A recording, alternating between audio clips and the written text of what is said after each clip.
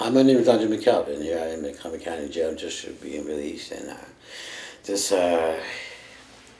this whole bit is not a good day, but I'm glad to be free. And I wouldn't want to come to jail. It's not fun being in jail for being mentally ill. And I mean, you're not taking your meds like you're supposed to, and crossing medication, things like that.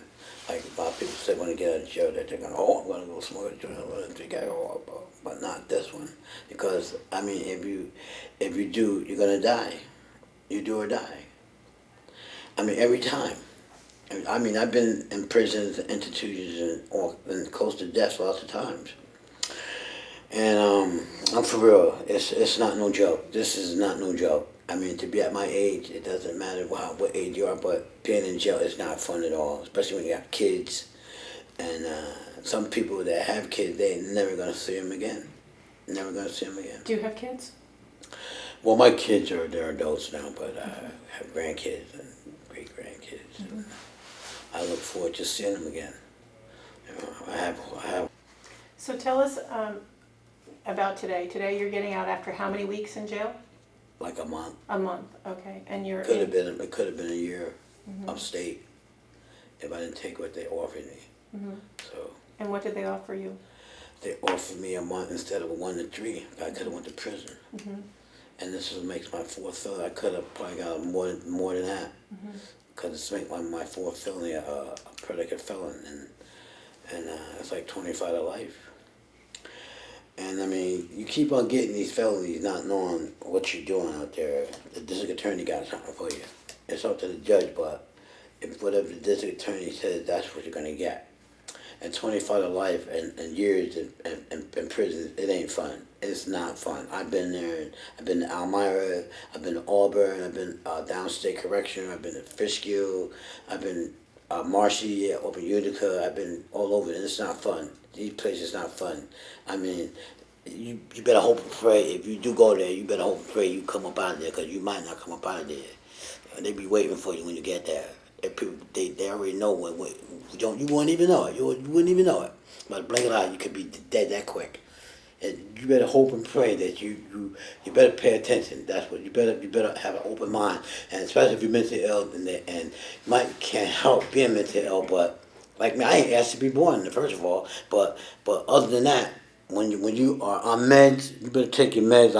And don't cross medication, because you got something for you every time. I don't care. But like, if you want to be a hardhead and not take your meds and don't listen to your parents and as you're growing up, like my mother and father said to me, you were definitely going to make your bed hard for you and you're going to sleep in it. And I never understood that term. I don't know what you're talking about. You always just over that. It's about me. This is my life we're talking about. I'm 54 years old. Here I am coming out of jail. And gonna mess around. I'll have no more bridges burned down this time around. I mean, jail ain't no fun to be at. If you want to be a hardhead and make your ass out yourself, go ahead. They got places for you. And just like this, and it's the grace of God that I'm not going upstate. But people that take medication, that are mentally ill, you better take your meds and stuff that alcohol and drugs and stuff like that.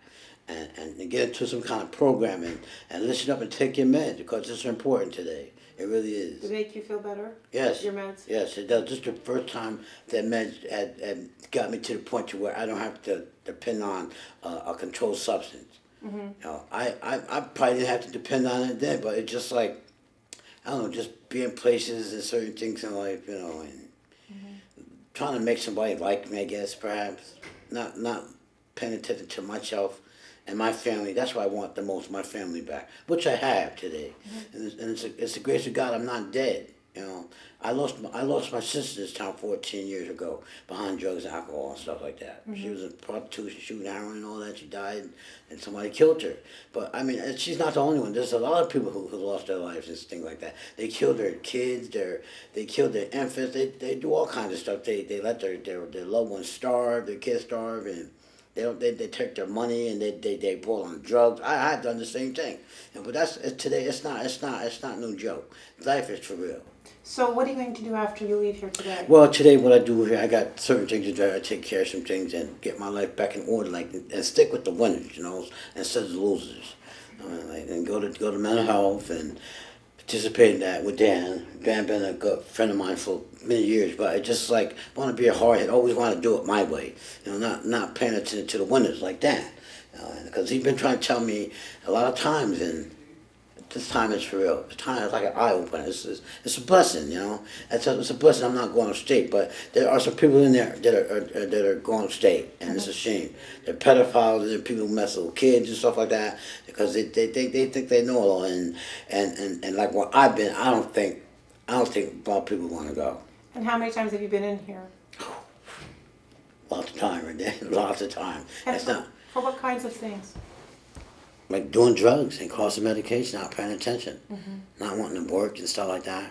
But when I was young, I got hit by a car when I was a little fella, and it really did a lot of damage to me, and that's what that messed me up too. But other than that, that's beside the point. That's been years ago. That was when I was a little fella. But I'm saying now, today is today. Tomorrow's the future. Just today's going. Today is the present. Tomorrow's the future.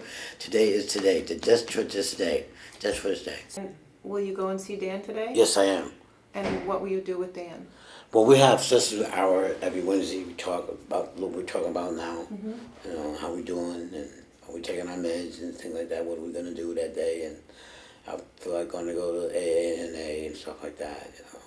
Do you have problems with substance abuse? Yes, I do.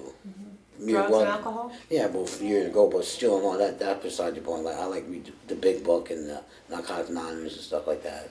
That really works. It works. Bob and Bill's real good guys there, real good guys, and listen to the program and turning preparation thing. Your life in order is good. It really is.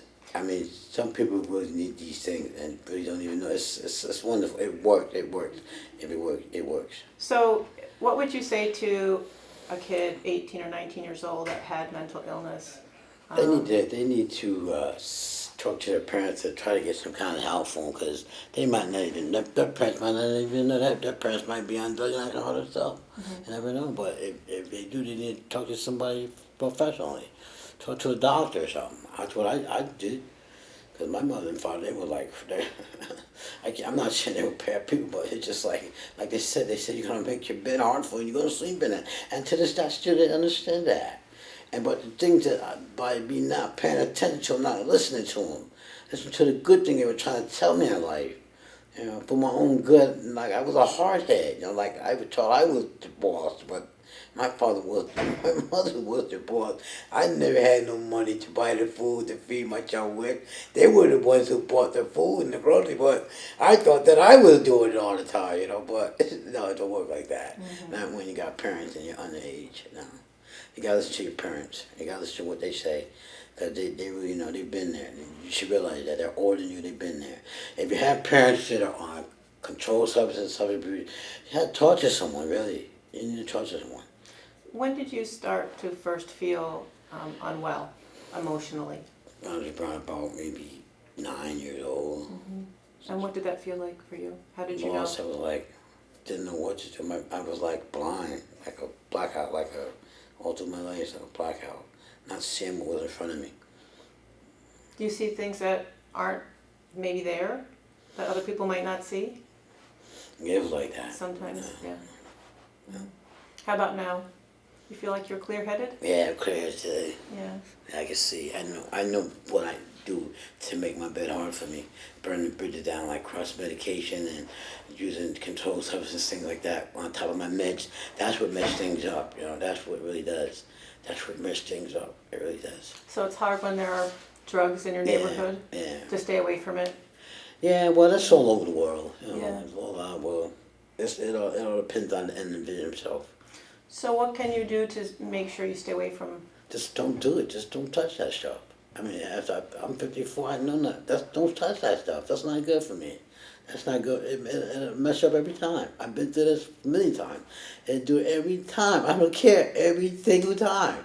If you take medication and you cross medication, then you got something coming. You're gonna see within. It's not funny. It's not funny, but anyway, it is funny to take meds and then pick up when they change not to tell you right on the script bottle. Don't you know what I mean? Do you have help taking your medications? Will someone help you make Yes, sure I do. you take I have it? WellCare. Yeah, I have WellCare help me out. Yeah. And who will help you take your meds? I take them myself, but they set the tray up, you know, like Monday through Friday, fill the pillows up and stuff like that. And because I can't see too good, that I kind of like I need glasses, but I got to get them. I don't know what I did with them, but that's what helps me out with my meds, WellCare. They're professional team like nurses and doctors that come by and check me out, take my blood pressure, make sure my heart's all right, and make sure I take my meds every day, and stuff like that. Good.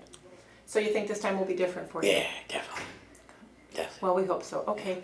Andre, we thank you so much, and we're going to let you go out now. Okay. If you'd like to go, I'm sure you're Yes. anxious to get home. Yes. Can we film you as you maybe leave? And Yes. if it's raining, you know, I'm happy to take you home. Okay, thank you very much. Okay. All right. Thank you. You're welcome. It'll be your time For years.